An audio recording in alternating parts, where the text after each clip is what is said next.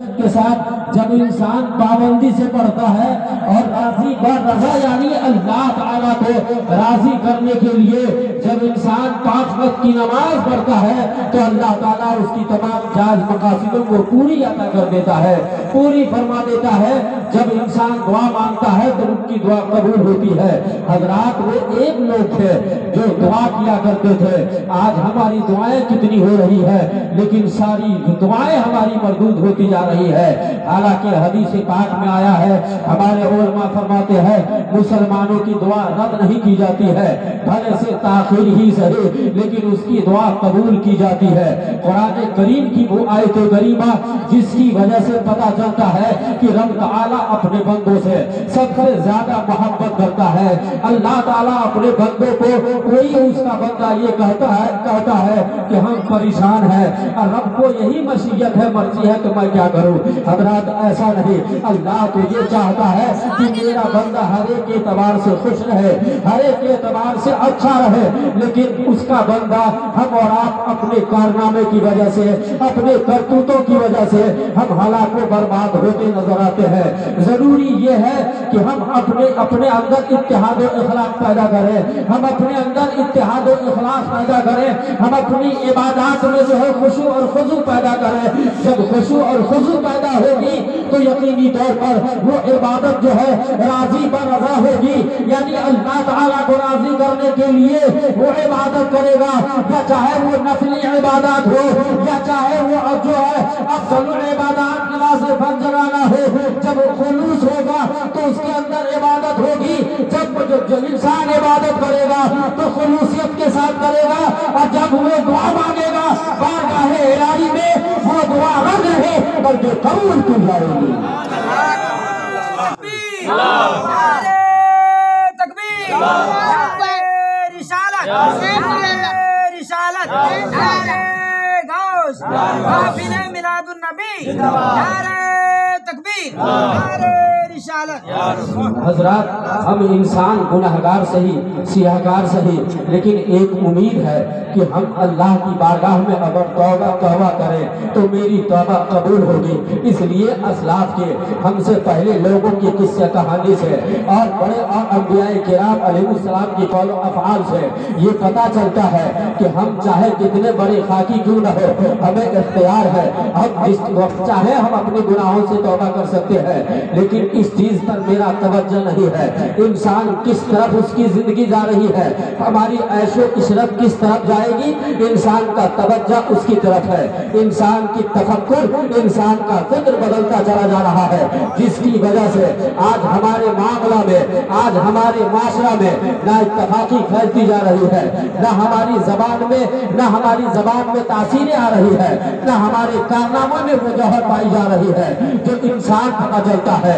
آج میں آپ کو ایک اچھی بات بتا کر گزر جانا چاہتا ہوں، اگر میں کوئی اچھی بات کہو گے تو آپ یہی کہو گے کہ مولانا پہلے آپ اپنے گریبان میں جھانکے، یقینی سی بات ہے آپ کا کہنا اپنی جگہ ہے، ہم سب اپنے گریبان میں جھانکے اور دیکھیں، حضرات دیکھنے کے بعد یہ پتہ چلے گا کہ ہم اللہ کا بندہ ہے، ہم بندگی کس طریقے سے کر رہے ہیں۔ اللہ نے اسے مسلمان خاندانوں میں پیدا کیا اور ہمیں مسلمان بنایا ہے۔ وہ مسلمان جو پہلے کے تھے وہ اشارہ کرتے تھے، ان اشارہ سے پتہ چلتا تھا کہ آخر جو ہے وہ یہ مسلمان کا اشارہ ہے۔ جب راستہ چلتے تھے تو عوام و خاص میں یہ مشہور ہو جایا کرتے تھے، ابھی جو گزر ہوا ہے یہ راستہ معطر ہے، شاید کسی مسلمان کا گزر ہوا ہے۔ حضرات لیکن اس دور حاضرہ کی بات کر رہا ہوں، اس دور حاضرہ میں آج جب کہیں سے گزر ہوتا ہے، اس پرفتن ماحول میں جب کوئی نئی بیماریاں پیدا ہوتی ہے یا نئی جو ہے کوئی فتنہ پیدا ہوتا ہے تو عوام کی زبان پہ یہی بات ہوتی ہے، ہو نہ ہو کوئی مسلمان کا بچہ ہی ہوگا، کوئی مسلمان کا نوجوان ہی ہوگا، کوئی مسلمان ہی ہوگا۔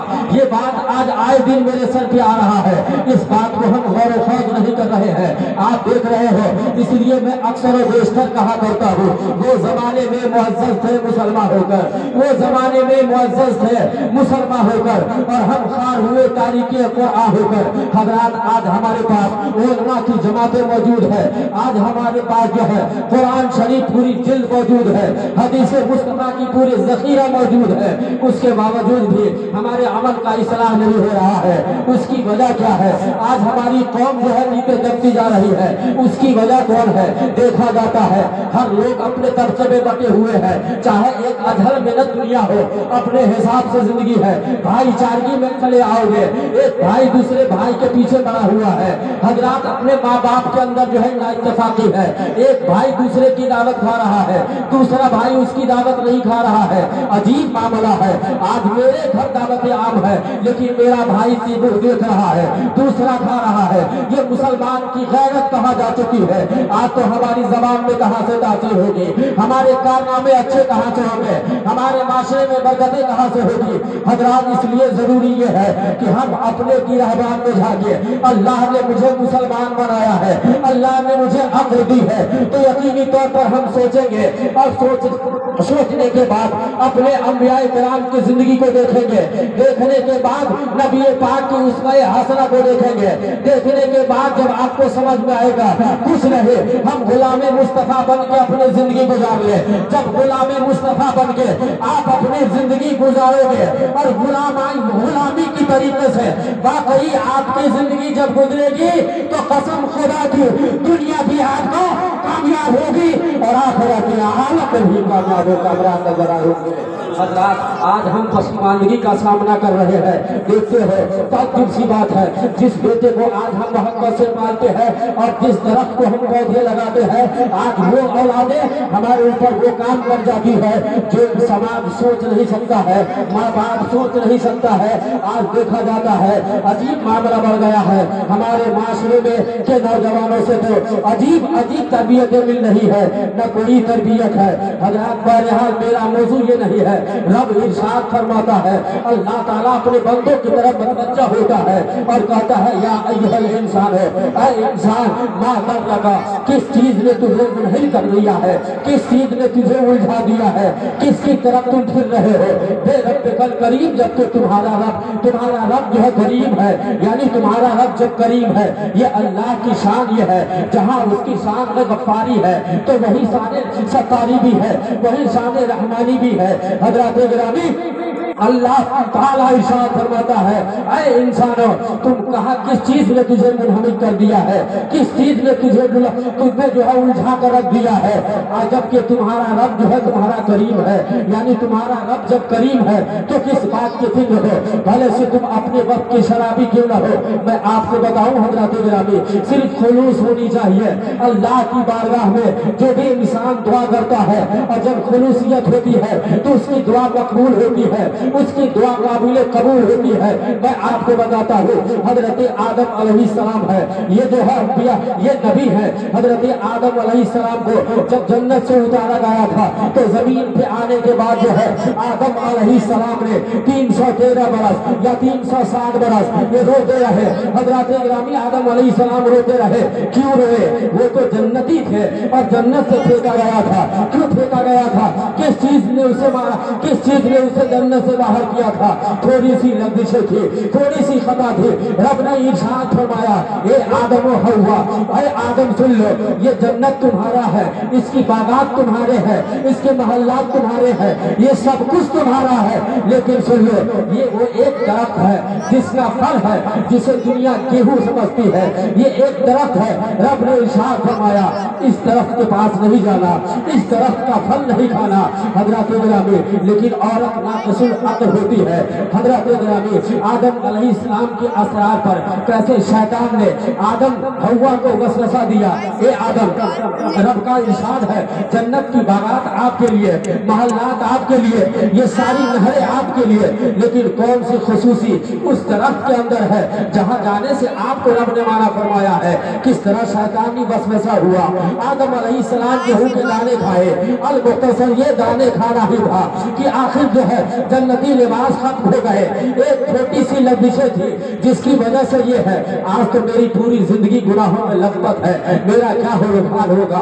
البتہ مختصر یہ آدم علیہ السلام کو دنیا میں جب بھیجا گیا تو کس چیز نے رلا دیا، کس چیز نے آنکھ سے آنسو دلا، آنکھ سے آنسو نمناک ہو رہی ہے، آخر کیا وجہ ہے؟ حضرات گرامی اس بات پہ میں نے اللہ کے اس فرمان سے روگردہ ہوا ہوں، میں اس جو ہے درخت کے پاس نہ جاتا، یہ سزا مجھے نہیں ملتی، لیکن یہی وجہ تھی۔ آدم علیہ السلام روتے رہے، دعا مانگتے رہے، اے پالنہارے حقوں کی تو تیری شان غفاری ہے، تو اپنی شان غفاری کی سبب جو ہے ہماری گناہوں کو بخش دے، اے پروردگار عالم تیری شان رحیمی ہے، مجھ پر رحم کر دے۔